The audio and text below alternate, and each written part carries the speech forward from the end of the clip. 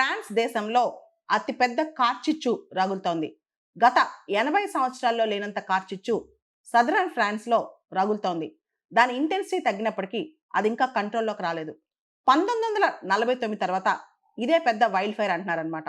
ఒక massive wild fire దాదాపు 16,000 హెక్టేర్స్‌లో ముఖ్యంగా విలేజెస్ కావచ్చు, ఫారెస్ట్ కావచ్చు మొత్తం మండుతున్నాయి ఫ్రాన్స్‌లో.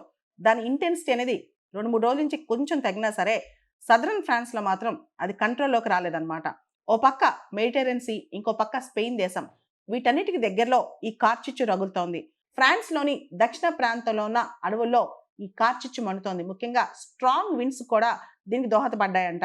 దీనికి సంబంధించి ఇంత మ్యాసివ్ వైల్డ్ ఫైర్, ఇంత పెద్ద కార్చిచ్చు ఫ్రాన్స్‌లో ఎలా వస్తుంది అనే దాని మీద ఇంకా రుజువులు రాలేదు, ఎవిడెన్స్ రాలేదు. కానీ చాలా మంది దీనికి క్లైమేట్ చేంజ్, ముఖ్యంగా డ్రాట్ కండిషన్స్ ఒక కారణం. వాతావరణ మార్పు వల్లే ఈ విధంగా వస్తుంది. ముఖ్యంగా మెడిటరేనియన్ ప్రాంతంలో ఏదైతే హాట్ సమ్మర్స్ ఉన్నాయో, డ్రైయర్ సమ్మర్స్ ఉన్నాయో ఆ టైంలో ఈ వైల్డ్ ఫైర్ రిస్క్ చాలా పెరిగిపోయింది అంటున్నారనమాట. ముఖ్యంగా హీట్ వేవ్స్ ఇవన్నీ ఎక్కువగా ఉండటం వల్ల సదరన్ ఫ్రాన్స్‌లో ఇటువంటి కార్చిచ్చు విపరీతంగా రగులుతుందని చెప్తున్నారు.